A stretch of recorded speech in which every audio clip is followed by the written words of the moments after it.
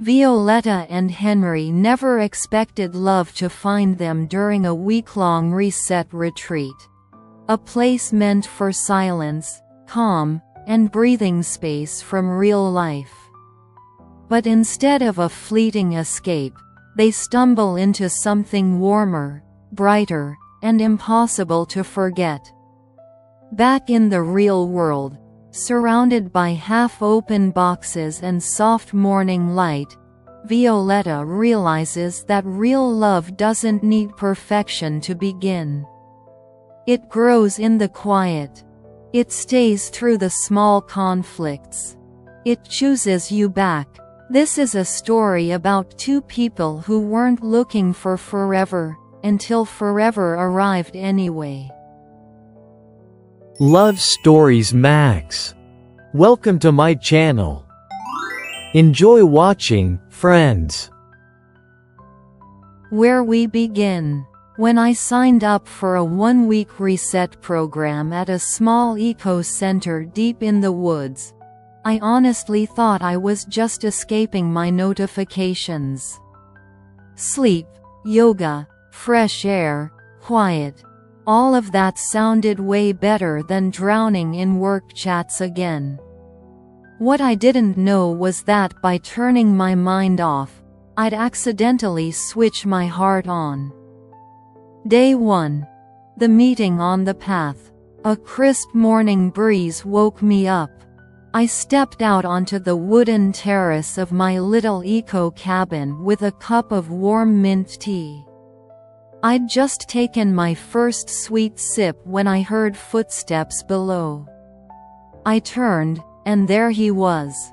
A guy with messy dark blonde curls, a loose gray hoodie, and a smile that looked like he woke up in a world where every dream comes true before breakfast. "Hey, I'm Henry. You here for the 7-day reset, too?" "I'm Violeta. Yeah, first time here. Then I guess I'll be your guide," he said way too seriously to be serious. I laughed, easily, like I'd been waiting for that spark. Day 2. A walk I'll never forget. They put us in the same group for the Forest Silence Walk. 40 minutes of walking without talking, just feeling the ground. Henry, of course, didn't last. 5 minutes in, he whispered, "If I step on a dry branch and scare a squirrel, is that against the rules or technically part of nature?" I nearly burst out laughing. Eventually, we were gently reminded to keep our smiles quieter. Afterwards, he handed me an apple. "You look like someone who likes things that are sweet and tart." "Oh, and how do you guess?" "Talent," he said with a tiny shrug.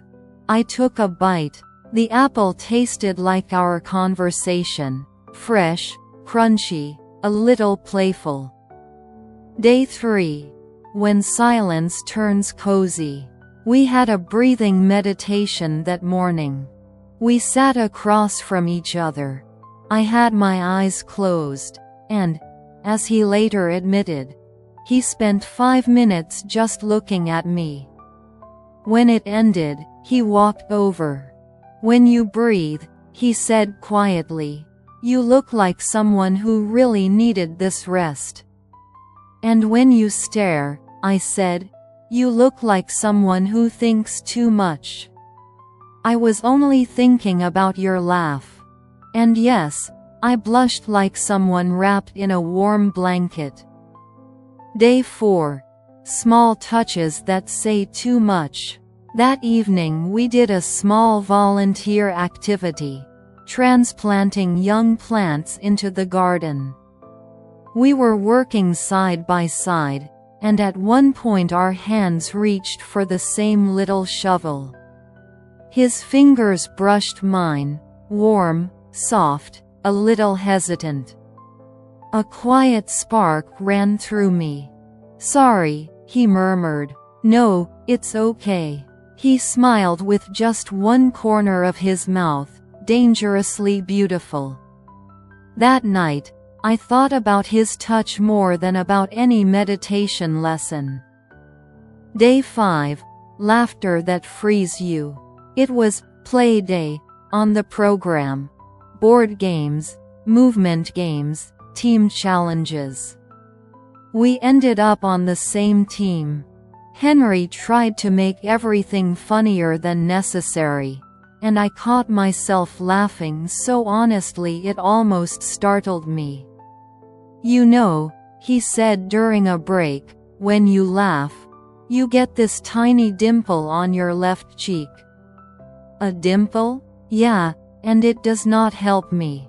I keep staring at it and losing the game. If you ask me, I think I won something much bigger that day." Day 6. When it feels scarily good. We sat by the fire that evening. The night smelled like pine and warm cheese toasts they'd made for us. "Violeta," he said suddenly, very calmly, "I thought I'd come here to rest. But I think the reason I wake up looking forward to these days is you. I'm pretty sure the fire burned less brightly than I did." I said, "I didn't plan for you either. But I feel like something in me wakes up around you. Lighter, brighter." He took my hand, softly, cautiously, in a way that said I could pull back, but I didn't. Day 7. The most honest day. Departure day. Suitcases. Hugs. The scent of goodbyes in the air. We stood on the terrace where we first met. "So, back to reality?" Henry asked. His voice was calm, but underneath it, I felt an ocean. "I'm scared," I admitted. "What if what we feel is just the effect of this week?" "Violeta," he stepped closer. "If this is just the program working, then it's working way too well. Because the only reality I want to go back to is one where you're in it." I finally did what I'd wanted to do all week. I leaned my head on his chest. "Then let's not split something that feels so naturally like us." He wrapped his arms around me. The kind of embrace that protects what truly matters. And we left, two people who came to reset, and found a new version of themselves, in each other. Returning to the city after our quiet forest week felt like being pushed from a warm sunrise straight into rush hour. Cars, neon signs, the smell of coffee drifting from cafes, people hurrying past with the kind of tension you can almost hear. And there I was, standing on the platform with my suitcase, thinking only one thing. Will what we had melt away when we go back to real life? Henry stood beside me, his travel bag slung over one shoulder. He looked a little lost too, in a comforting, familiar way. "So, should I see you tonight?" he asked. "If you don't mind," I said, trying very hard not to sound like someone who wanted to say, "Please say yes, I already miss you." He smiled like he'd heard the hidden part anyway. In the evening he texted, "I don't really know fancy restaurants, but I know an amazing pizza place. You up for an adventure?" I replied, "I'm up for bad pizza too, as long as you're there." We met near a tiny pizzeria tucked behind a second-line street. Warm lights, basil aroma, a slightly crooked sign. He stood under it, brushing his hair back with one hand, looking so mine, in a way that made my chest tighten. "You look beautiful here," he said as I walked up. "Here? In the city?" Different, but still you. It was somehow better than any polished compliment. We ordered a 4-cheese pizza, which he dramatically called the compatibility test. If you like this pizza, we're doomed. Doomed to what? To a very tasty life together. I nearly choked laughing. He watched with absolute concentration as the cheese melted on my slice and almost dripped onto my fingers. After my first bite he said, "Good grief, you eat pizza like it's a destiny moment." "You have no idea," I answered, brushing crumbs off my lips. Laughter settled between us like it had lived there forever. We stepped outside, and I suggested a walk. So we wandered through the evening streets, city lights smearing golden patches across the sidewalks. Henry confessed he'd always been nervous about city dates, because there's no silence, no pine trees, no squirrels. The one he nearly traumatized with that dry branch. I laughed, and then he unexpectedly took my hand. Not like in the forest, shy, almost asking permission, but confidently, warmly, fully urban. "You don't mind?" he asked quietly. "No, honestly, I think I was waiting for it." And we walked like that. Cars rushing by, someone eating ice cream in cold air, someone yelling into their phone, a distant bus engine rumbling. But between our palms, everything felt as peaceful as a forest path. He suggested we go into a small art house cinema. We bought tickets to a film neither of us knew. 30 minutes in, we still had no idea what the film was about. Because we sat slightly turned toward each other, whispering, "Do you always touch your bracelet when you're nervous? I thought you didn't notice." "I notice everything when it comes to you." Something warm tightened under my ribs, not anxiety, but that soft, almost home feeling that comes so rarely and so unexpectedly. When the movie ended, we stepped outside. It had just rained. Neon reflections shimmered on the wet pavement. Henry suddenly stopped, right in the middle of the sidewalk. "Violeta," he said softly, "I'm scared of one thing." "What thing?" "That you'll wake up tomorrow and think all of this is just the after effect of that program. And I don't want to be a forest illusion." "Henry," I stepped closer. "I'm scared too. But not that it'll fade. I'm scared I'll want so much that you'll get scared." He smiled, the same smile that began in the woods and continued right here, in the beating heart of the city. "I'm not scared of any of it," he murmured. And he kissed me, warmly, slowly, attentively. Like we were stepping into something new and very real. After that day, everything started to intertwine. He brought me hot cocoa with marshmallows because, "You look like a winter movie character with this drink." I left him tiny notes on his shelf. "Don't skip lunch, wear a scarf, it's windy." He teased me for staring at bookstore windows like they were treasure displays. I teased him for talking to his cactus, so it wouldn't feel lonely. He always touched my hand gently when we crossed the street. And I found myself scanning crowds just to catch his eyes. One evening, we were sitting at his place, drinking tea, listening to soft music. The kind of moment that wraps around you quietly. He said, "That week in the forest, that was a chance. But everything happening now, That's a choice. And your choice? I asked, feeling warmth bloom in my chest. You. Good, I whispered. Because mine is you too.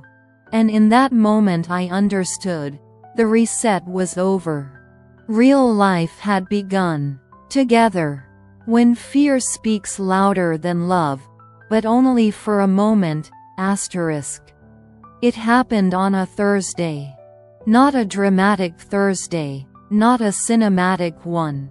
Just a normal day when nothing seems wrong. Until something tiny sharpens into something bigger. Henry had promised he'd come to my place after work. We'd planned a quiet evening. Pasta, a silly TV show. The kind of date that feels like a soft blanket. But an hour passed. Then another. No message. My pasta got cold. My heart did too. I tried not to spiral, but, of course I did. When he finally knocked on my door, hair messy, tie crooked, eyes tired, I opened it, arms folded without meaning to. Violeta, he exhaled. I'm so sorry, You could have texted, I said, maybe a bit sharper than I intended. Even one line. He blinked, surprised by my tone. I know, he said quickly. Work went insane and then I didn't want to text something rushed. So you chose nothing instead? It came out too raw, too honest. I instantly regretted how wounded I sounded. He ran a hand through his hair. Look, he said, I'm terrible at balancing things. When I'm overwhelmed, my brain just shuts down. Not with you, just with me, I said quietly. Because you knew I'd wait. He sighed, stepped inside, and gently closed the door behind him. Violeta, please don't think I don't care. I care so much it scares me sometimes. And when something scares me, I freeze. It's a defect, not a decision. His voice, it wasn't defensive. It was small, vulnerable, and suddenly I felt the truth beneath his words. He wasn't careless. He was afraid of messing up. Of disappointing me, maybe even of deserving something good. I softened. I wasn't angry, I said quietly. I was scared too. That maybe you were pulling away. That maybe this mattered only in the forest and the early days. He stepped closer. So close I could smell the cold air still clinging to his coat. Violeta, he whispered, if I ever pull away, it's only because I'm terrified of how much you're starting to matter. My heart cracked open in the gentlest way. I touched his hand. He squeezed mine, almost desperately, as if he was afraid I'd slip away. Next time, I murmured, just tell me you're drowning. I'll wait. I just need to know where you are in your head. I promise, he said. Then he gently pressed his forehead against mine. I don't want to lose what we're building. And just like that, the tension dissolved, not because we ignored it, but because we faced the small fracture and healed it together. When you realize you're not resetting anymore, you're living, asterisk. Months passed, not in a whirlwind, not in chaos, but in small, precious steps. Saturday pancakes in his kitchen, slightly burned on one side because he always got distracted talking to me. Movie nights where he never finished his popcorn because he liked watching my reactions instead of the film. Slow mornings when his head rested on my shoulder and the world outside didn't matter. Walks where we talked about everything and nothing. Hands intertwined naturally, as if they belonged together long before we admitted it. One evening, long after winter softened into spring, we returned from a grocery run, laughing, because he insisted on buying a plant to replace the cactus I accidentally killed with kindness. I dropped my keys on the table, kicked off my shoes, and suddenly paused.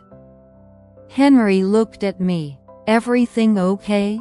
I nodded, but inside, something was shifting. Because there he was, putting apples in the fruit bowl, humming a tune he didn't realize he was humming, in a kitchen that wasn't his but felt like home to him anyway. My home. Our home. He turned around, saw the way I was watching him, and his expression softened into something deep. "What is it?" he asked quietly. I took a slow breath. "You're becoming my reality," I said. "Not the forest. Not the week. Not the reset. You." For a moment he just stood there, still, like he didn't want to breathe too loudly and break whatever was blooming in the air. Then he stepped closer. No rush, no performance. Just a man walking towards something he finally felt brave enough to want. "Violeta," he said, voice low, "I think you might be the first thing in my life that feels like the right direction." I swallowed a warmth that felt almost like tears. He took my hands, both of them, holding them gently, as if they were something fragile but precious. "I don't know where we'll end up," he said, "but I want to go there with you." The grocery bags rustled behind us. The world outside didn't pause. Nothing dramatic happened. And yet, that was the moment I knew. Not because he said the right words. Not because the evening was perfect. Not because our story was flawless. But because in the quiet, in the simplicity, in the ordinary glow of kitchen lights, my heart felt safe in a way it never had before. Our reset hadn't just changed us. It had led us here, to a love that grew not from silence and pine trees, but from everyday choices and gentle truths and the courage to stay. And that's when I understood. The real beginning wasn't the forest, or the city, or the first kiss. It was this. The quiet promise between two people who chose each other again and again in the most ordinary moments. That's where love truly lives.